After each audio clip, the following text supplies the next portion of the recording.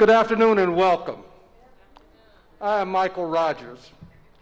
I had the honor of serving as Marion Barry's last city administrator here in this building. I now serve as chair of the Marion Barry Legacy Foundation, which seeks to protect, preserve, promote the legacy and contributions of Marion Barry Jr. We have several foundation members with us today. I'd ask them to stand. Cora Masters Barry, who you will hear from later, who's the president, Ramon Bain, Linda Mercado Green, Dr. Jewel Gorham, the Honorable Constance Barry Newman, Bishop Glenn Staples, who we will hear from shortly, Rosalind Stiles. And also, Hurt Miller and Andy Shalal and Giovanni Demoretti are members, but they could not join us today. In 2015, Mayor Bowser appointed me to serve as chair of the commission, to commemorate and recognize the Honorable Marion S. Barry. One of the outcomes of that process was the statute of our Mayor for Life, the only statute of an African American on Pennsylvania Avenue, of which we're all proud. And one of the things that I should note, since the inauguration is coming, the new president will have to pass by and acknowledge that statue with Marion waving at him, and so that's a great thing. Today, we are again gathered to recognize Marion Barry's work, this time to dedicate the building formerly known as 1 Judiciary Square in his honor. It is this building where Mayor Barry served his final term as mayor. It was this building where the mayor tackled some of the most difficult problems of any mayor in the country. It's this building where he faced down the greatest financial crisis that the city has encountered and helped navigate the city back to rebirth. We will now have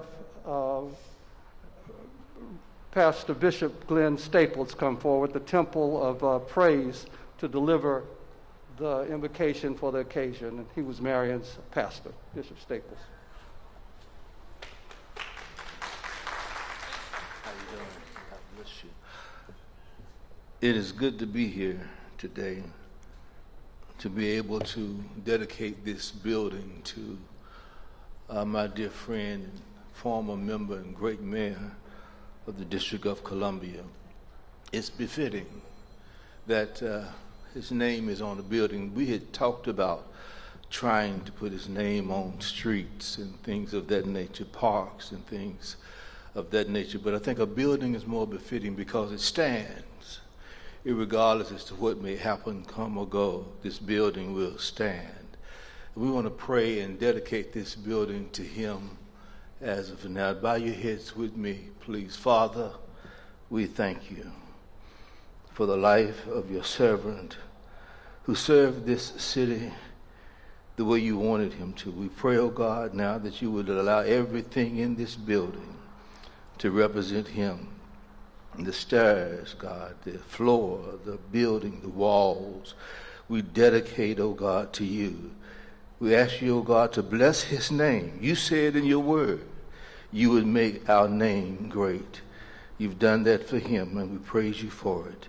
In Jesus' name, let us all say amen.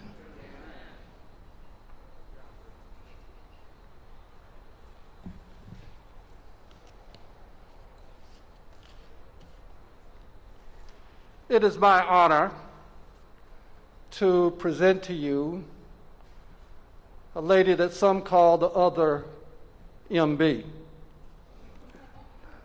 I call her MB 2.0. The mayor of the District of Columbia, we love her. She has Marion's boldness, his political acumen, and power.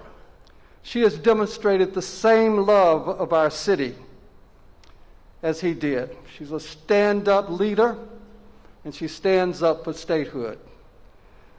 We've seen her and the bold moves that she's made during this time. She's guided us through this pandemic and stood up head and shoulders with any leader in the country in terms of keeping the community informed and tackling these problems. So it is my pleasure to introduce to you my good friend and a lady that I admire as a leader, Mayor Muriel Bowser.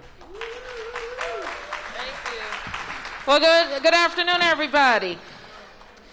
It's a pleasure to see you. I recognize a lot of faces nicely behind masks, and a lot of you I haven't seen in a long time, but this is certainly a fitting occasion to come together outside to recognize a building that stands in the name of a man who always stood up for us in Washington, D.C.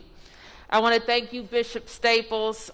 Many a time that we gathered at your church to celebrate, to mourn, to plan. And I know that Mayor Barry is smiling seeing you here to welcome everybody today. Mr. Rogers, I want to acknowledge and thank you, too, for your service to the district and to Mr. Barry. Certainly, the District of Columbia is a complicated animal, city, county, state, capital city, all of those things wrapped up in one, and always with the eyes of the world right here. And Marion Barry was unapologetic in his leadership. He certainly put Washington, D.C. on the map, and it has been my honor to carry on the tradition of making everybody recognize and honor who we are as a city and what we mean to this country and to the whole world. When we lost Marion, it was too soon, wasn't it? We knew that he lived a good and hard life, and we knew that one day he would be called home, but we just weren't ready. I am very proud of Mrs. Cora Masters Barry for standing for Mr. Barry and ensuring that his name and his contribution to Washington, D.C. would be honored in all of the right ways. I'm grateful, as Mr. Rogers said, to the commission that we impaneled that looked at Mr. Barry's history and is ensuring that it is represented in art around our city. We were so proud to unveil the beautiful statue in front of the John A. Wilson building, which is so emblematic of how we work together in D.C., the mayor and the council all together in the People's Building on Pennsylvania Avenue. In other ways, Marion Barry, the public administrator, would like his name on this building even more. If you knew Mr. Barry, I think everybody here did, you knew him sometimes to be the brash politician, and too few people focus on the budget geek that he was, and the person who pored over the names of every official, leaders and frontline workers, the person who could still, in his late years, tell you everything about how D.C. worked, how its budget worked, and all of the interactions between the players. He was a public manager at heart. And it brings me just tremendous joy to have had his tutelage in the last months of his life as I was preparing for the next, as it turns out, 8 years of mine. And I want to thank Mr. Barry, and I want to thank you, Cora, because I know you know what those few months were like.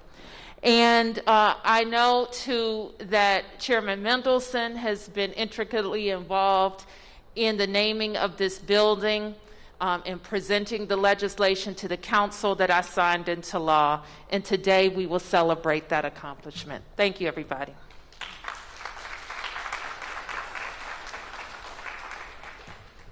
Thank you, Mayor Bowser. Very much appreciate it.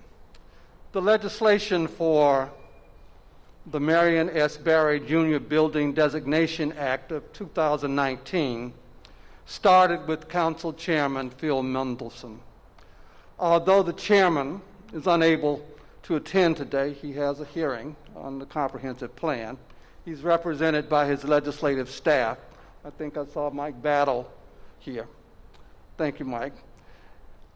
Let the chairman know we very much appreciate the work that he did and his leadership there.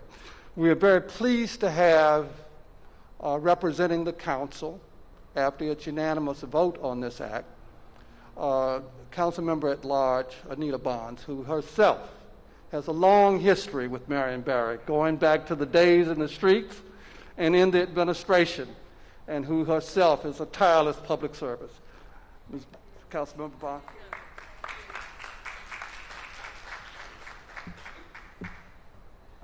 Well, thank you, everyone. This is such an important day. As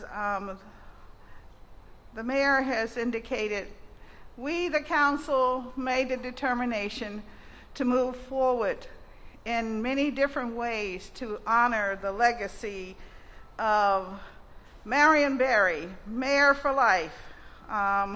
Mayor for Life. Mayor for Life.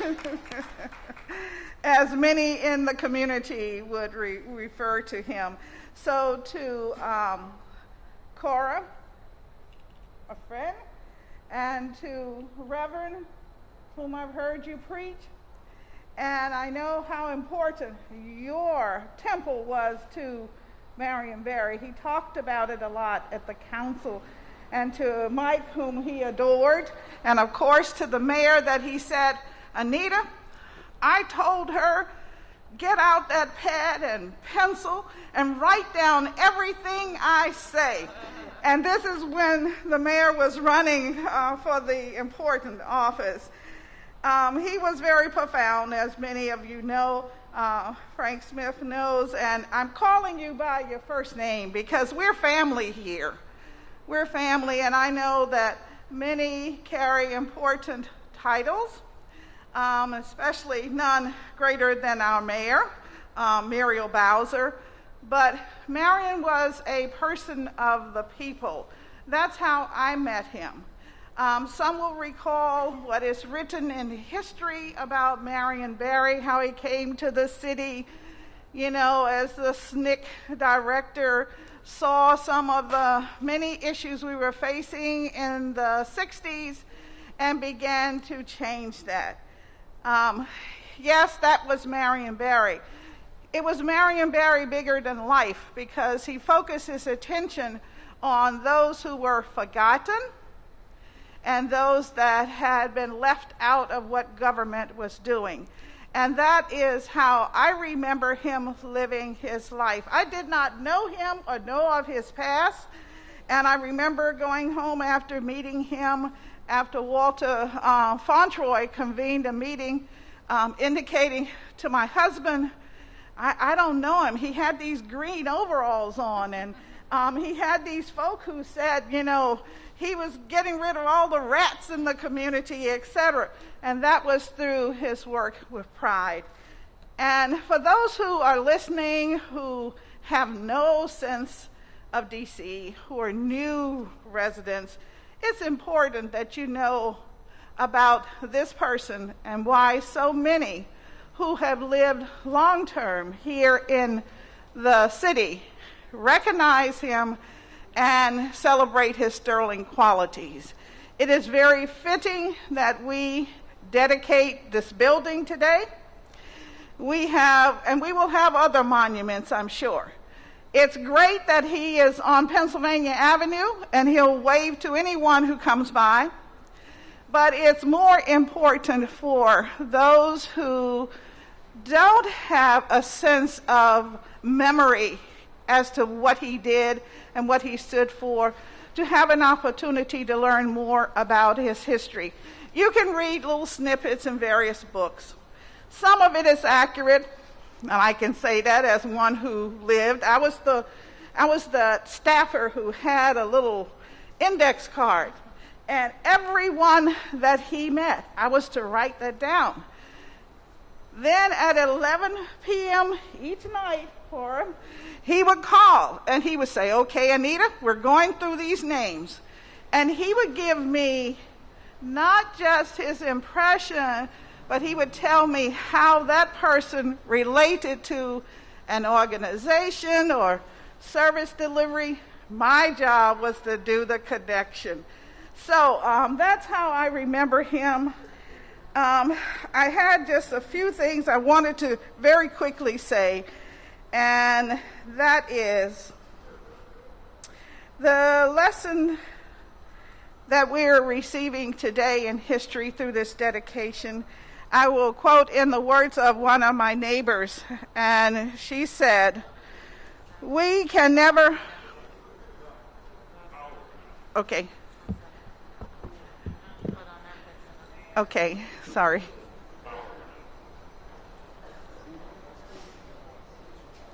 Use my school.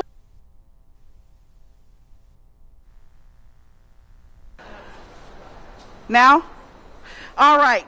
In the words of one of my long-term neighbors, and I quote, "We can never honor MB, Mayor for Life." And I quote, "In too many ways. Yes, I support the monuments, but let's make sure that D.C. is a community that welcomes all, no matter your station in life." That's the way and what he could mean to this world. So thank you very much, and on behalf of the council, it's my honor to be here before you. As you know, Marion Barry had an interesting career, and one that crossed paths with members of the council when they were and were not on. And so it's really an honor for us to remember his legacy, because his legacy is a part of the legacy of the District of Columbia.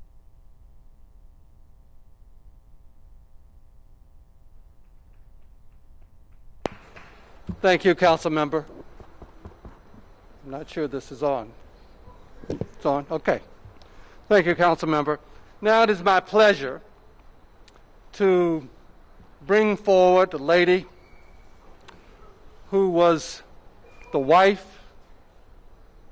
the best friend, the advisor, the strategist to Marion Barry.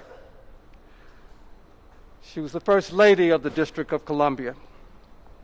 Throughout her life, Cora Masters Barry herself has been a fighter for justice. She's fought to overcome inequalities in this country and in this community.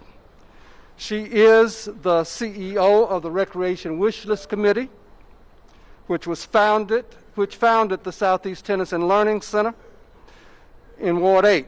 Through rigorous academic and sports programs, she has provides children with skills that have changed their lives. I'm very pleased to serve with her on that committee for how many years now? Who knows? I know she won't let me go anywhere. That's the issue. So there are thousands of youth who benefited from the programs at the Southeast Tennyson Learning Center. I see several board members from RWLC here, Jamie Berge, and I thought I saw APRA in Wara, and of course Maggie Fitzpatrick, who's here, that we'll introduce later. So I want to also acknowledge that Cora is a member of the Commissioner of the DC Arts and Humanities Commission as well. So I'd like to have her come now, and she's been the spiritual force behind this initiative. And let's hear from Cora Masters Barry, my friend.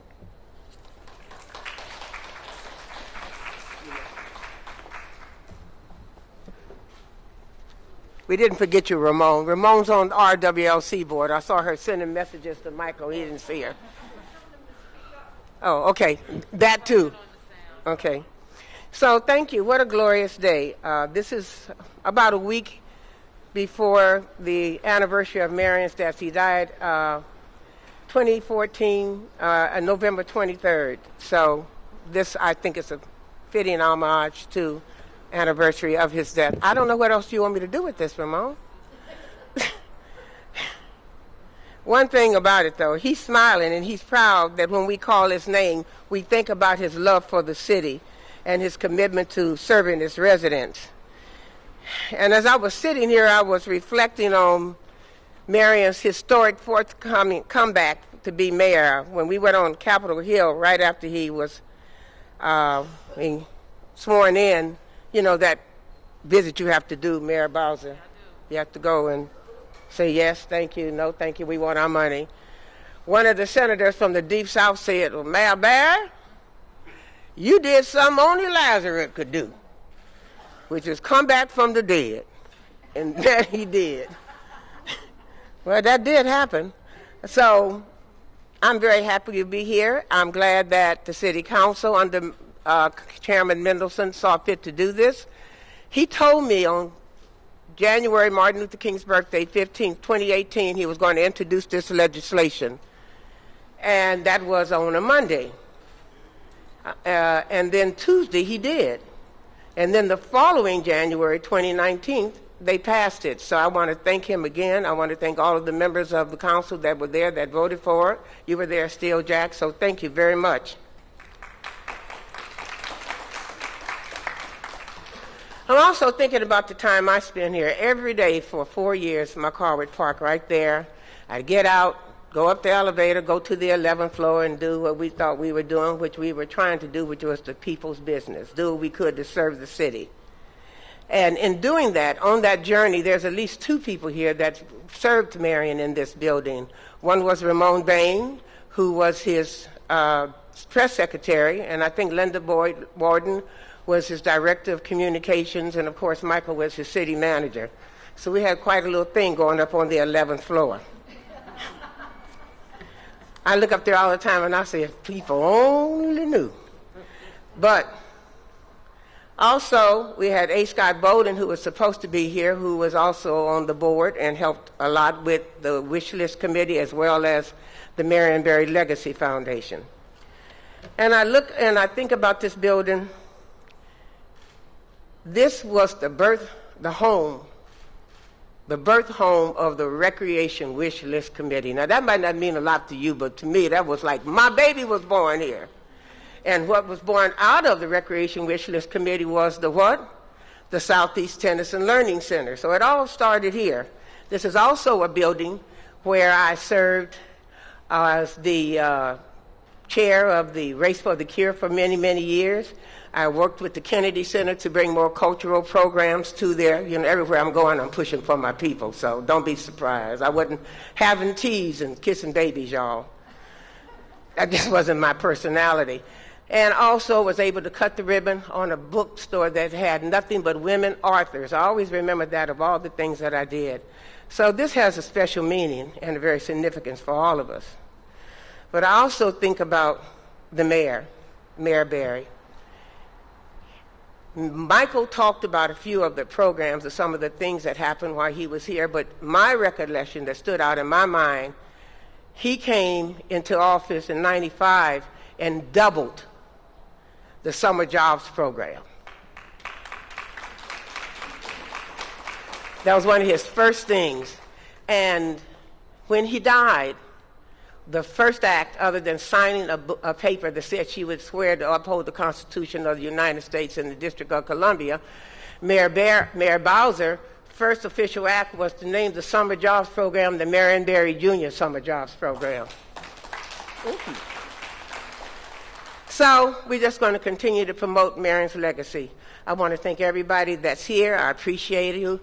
And I want to give a special thanks to the Director of the Department of General Services, Keith Anderson. Where is he? Now, just a quick story. Before Keith was the Director of Department of General Services, he was the Director of Department of Parks and Recreation. And with that comes dun, dun, dun, dun. He has to deal with me. Well, yes, I'm happy to report today that he survived. And I also want to say that when it was time for him to leave, nobody told me. And when they told me, I called the mayor. I don't know what time of night it was. I called at our home. I said, "What is wrong with you? You are trying to ruin my life." So that's how much I missed him. But he's done great work. And when the legislation was passed, there was no budget associated with the legislation. Keith said, "Roll up, that's my guy. We're going to do this." They rolled up his sleeves. They got it done, and we're here today. So thank you, Keith. So, in conclusion, thank you. Thank you. Thank you.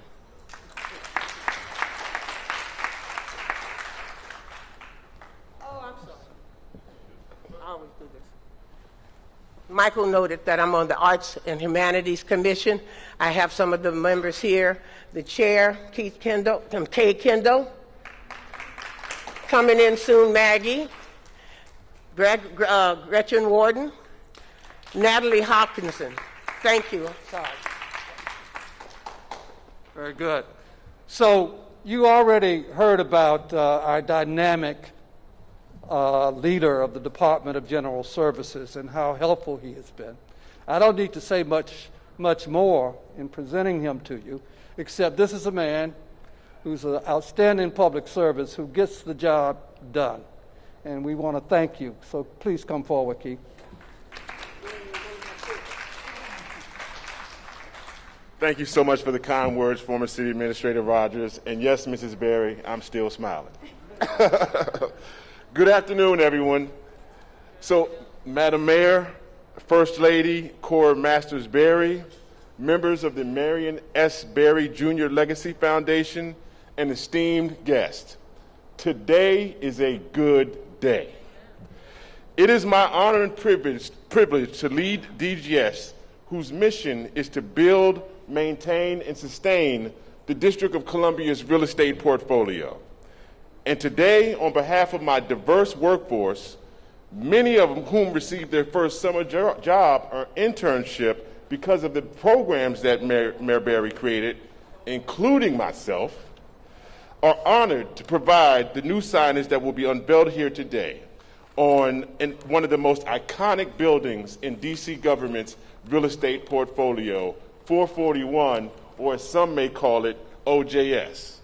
However, today, now and forever, it will be known as the Marion S. Barry Jr. Building.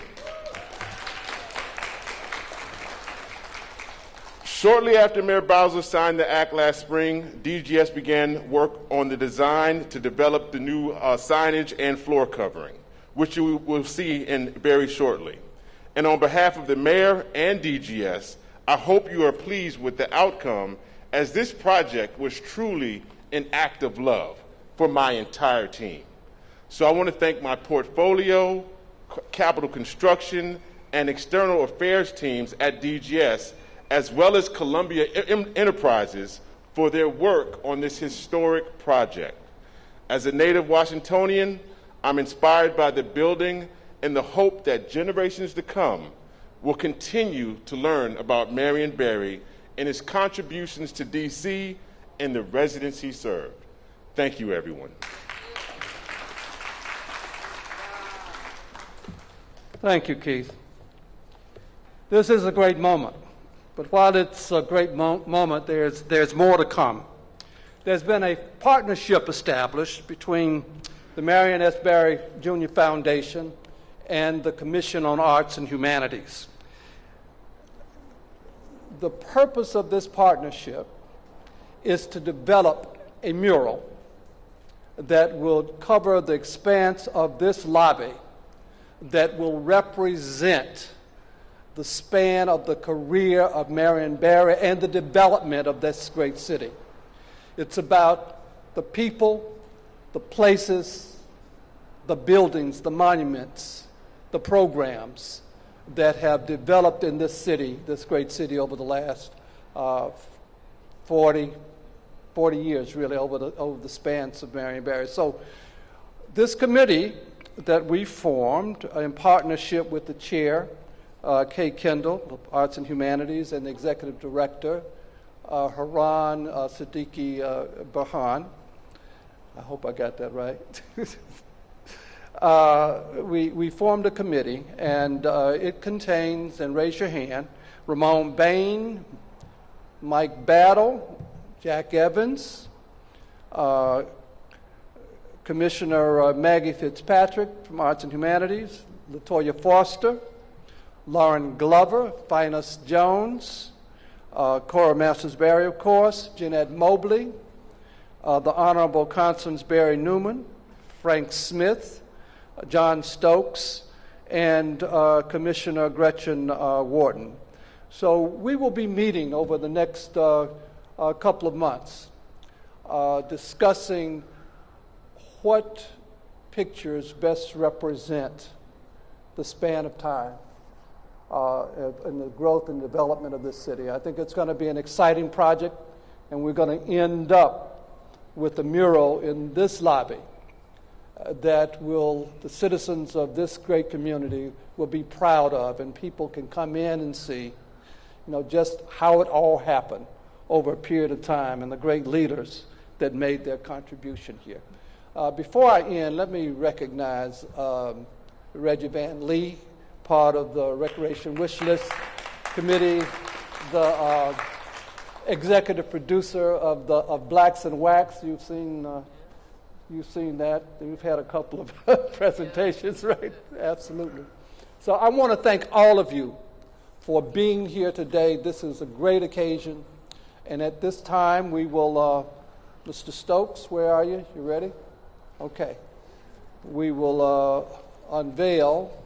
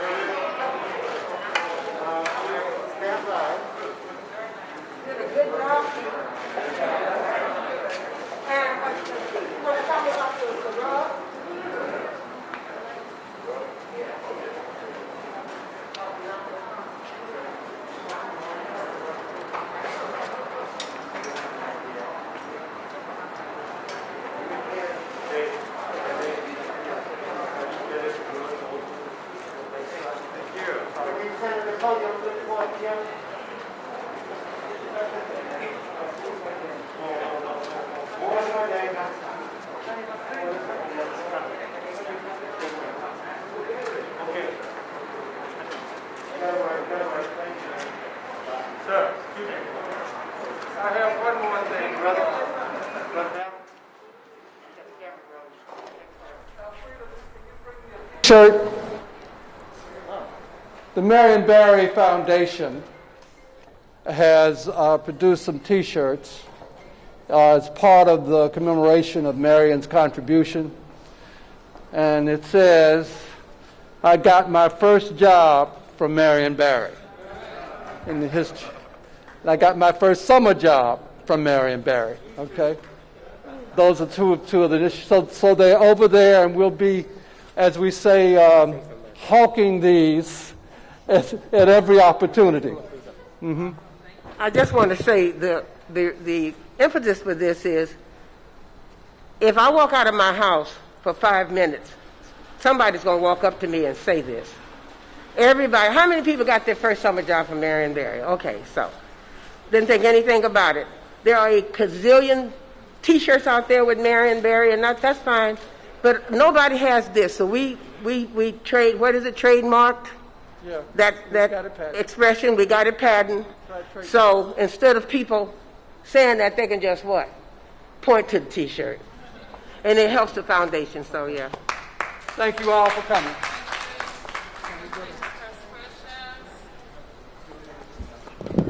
Okay, well, questions, and they can be on topic, off topic. You can move forward if you like. Questions? Yes. Can I just ask everybody to be mindful of their seats or spacing? This part may or may not be related to the building dedication, so you should also feel free to go about what you want to go about doing. Yes.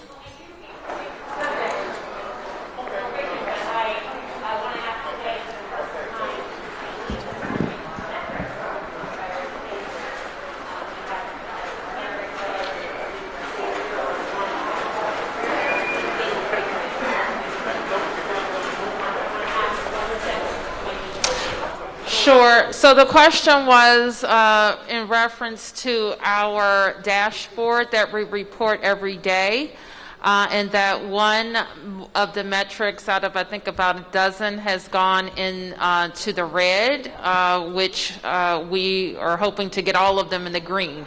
And if you go to coronavirus.dc.gov, you'll know exactly what that means. So what it means, Julie, is that we're watching our metrics and our experience with the virus very closely in the district, and we will make changes as we think that the experience with the virus suggests.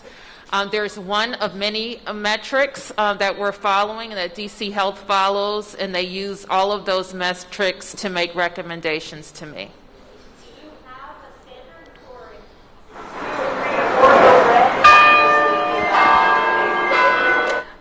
Well, I think you know the standard that we've experienced is that we need all of those metrics to be moving in the same direction to advance or to retreat.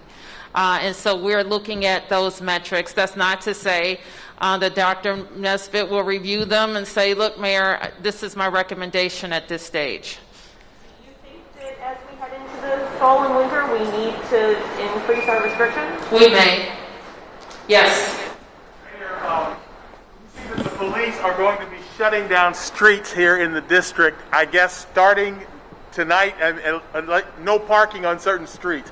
Could you talk about that? What is this all about? Sure. So Sam asked about street closures and why are we announcing street closures. We have some special events, First Amendment demonstrations, some permitted. And we are preparing to make sure that those events happen safely. So you're concerned about, violence or whatever with these groups coming to town?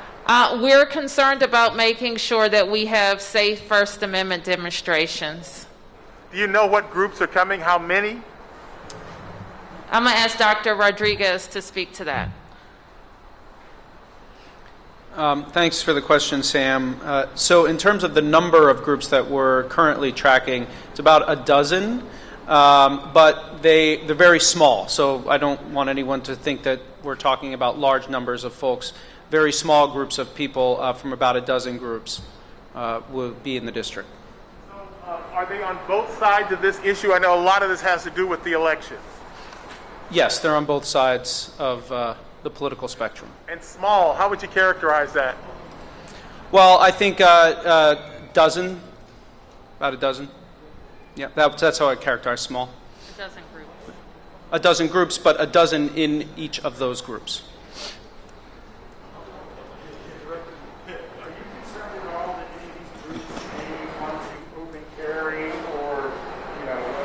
Firearms with them as we've seen them do in other states? And how is MPD prepared to address that as we do? Well, the Metropolitan Police Department, as we talked about, not only for this particular First Amendment activity that we plan to see on Saturday, but also around the election. I know Chief Newsham spoke about this and his concern about that. MPD is being very proactive in terms of the street closures, also making sure from a public messaging standpoint that people who come to the district know that you can't bring weapons into our city and you can't bring guns into our city, and that violence will not be tolerated. Yes. Yeah. Waiting for the mic. Mayor, I know you're happy and proud to be serving as mayor. Have you given permission to the Biden transition to be vetted for any possible Biden administration position? At minimum, are you open to a possible appointment? And I will note former Virginia Governor Terry McAuliffe has ruled out his serving in the Biden administration. Would you rule yourself out? I know that some may be anxious to get rid of me, Tom, but I'm not going anywhere.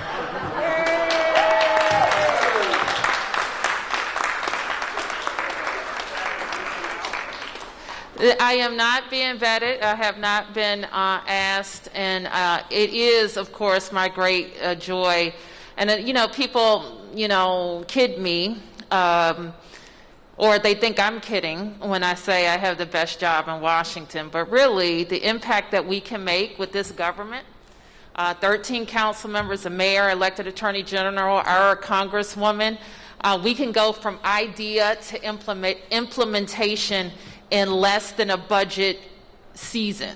Jack knows this, Frank knows this, that this is one of the most impactful jobs that you can have in this town, and I'm honored to be a two-term mayor. If I could ask you one more question. Yeah. Will you be traveling to Atlanta with the mayor down there, maybe I realize it's a political question, to campaign for the Senate seats down there? I don't have any plans to, but I will say this, there will be a lot of people asking how we can be helpful. And I did start reaching out to some of the people that I know that are involved in Georgia politics. And I really want to take our cues from them. How can we best be helpful? It is very important to the success of the next president that Mitch McConnell is not the leader, and we should all be interested in how to make that happen. Yes? If I go back to COVID, I see Dr. Nesbitt is with you. What can we take just from in the past week or so we've seen, and I know the last time I think I asked you, you said, we're not seeing a spike yet. I'm wondering if we are at this point seeing some type of a spike. We saw a one-day total of over 200. We saw, I think, the positivity rate of 4.1 yesterday, down to 3.5 today, and then the daily case rate, as we started with, up in the red today. I'm just wondering, as a health director, Dr. Nesbitt, what do you make of this? And how well, let me start by saying, what does everybody make of it across the country? And that's what we see. We're not talking about a district phenomenon. In fact, if we look at the district, we've been able to contain this virus pretty well throughout our response. And that's because district residents and businesses have made tremendous sacrifices. And we're going to see some states and jurisdictions who weren't as conservative as us throughout this response make some changes, and we think that's a good thing.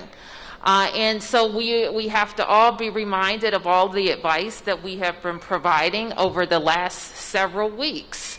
Don't get tired of being vigilant about COVID. Wear your mask. Limit your trips. Don't try to do everything all in the same day, from shopping to dining to getting your hair done.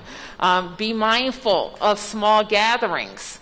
People who are in their home or in the home of a family member around people that they know, They are letting their guards down. So remember to wear your mask even in those occasions. So those are all things that we will and have to continue to be mindful of as we move into the winter months. Dr. Nesbitt, of course, has been representing us well, not just in these meetings, not just with the incredible staff at the Department of Health, but also nationally. She's engaged with other big city health directors in understanding what this virus is doing across the country. Dr. Nesbitt.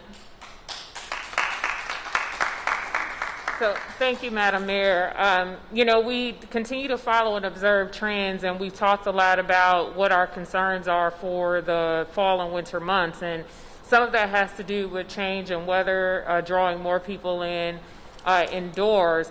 But as the mayor has said, it's this notion that when people are with their friends and family that are not members of their immediate household that they interact with every day, they have less vigilance about wearing masks and practicing those everyday cautions. And so it's those things that when you go to a friend's house and you're sharing utensils and condiments and not washing your hands in between, or having a mask off for extended periods of time to consume food and beverage, those are prime opportunities for transmission of the virus.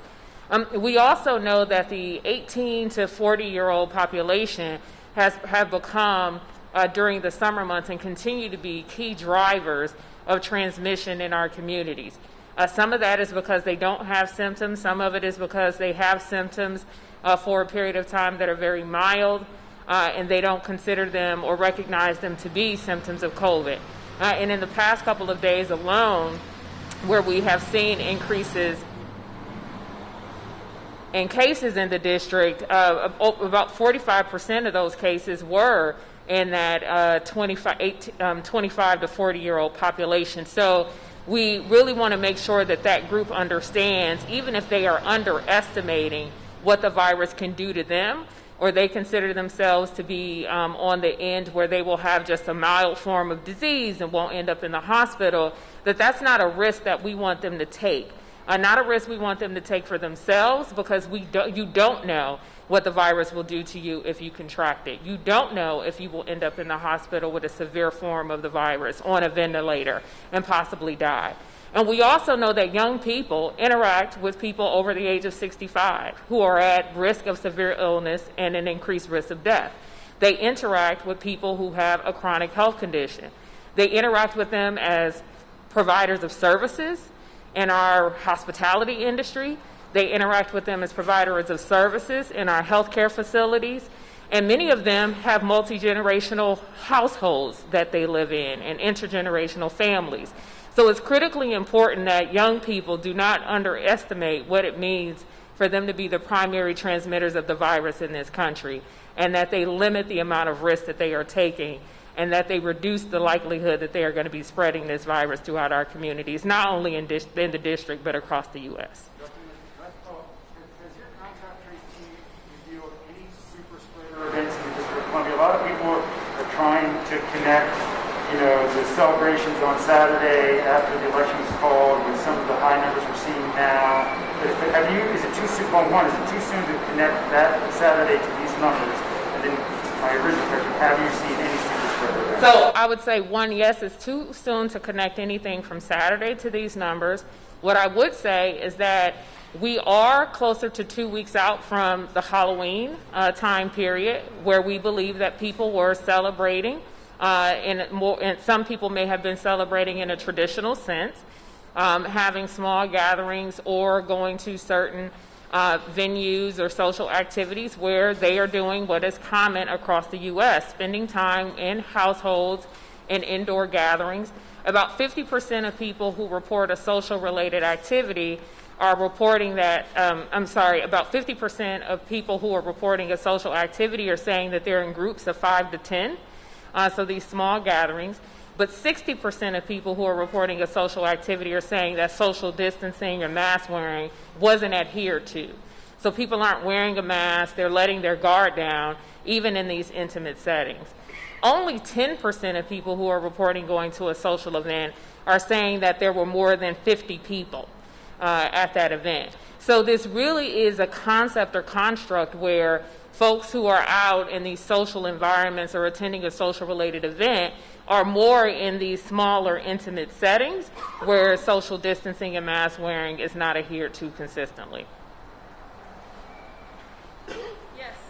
To follow up on what you just told us about social gatherings, do you think that indicates that the restrictions need to be tighter? Like Prince George's County today restricted it to 10 people at an indoor gathering. Do we need a rule like that? But Prince George's County, keep in mind, I think they were at 250. Did you hear what Dr. Nesbitt said? The issue is not, the issue that we're most concerned about is 10 and below. Is that right? Or 20 and below?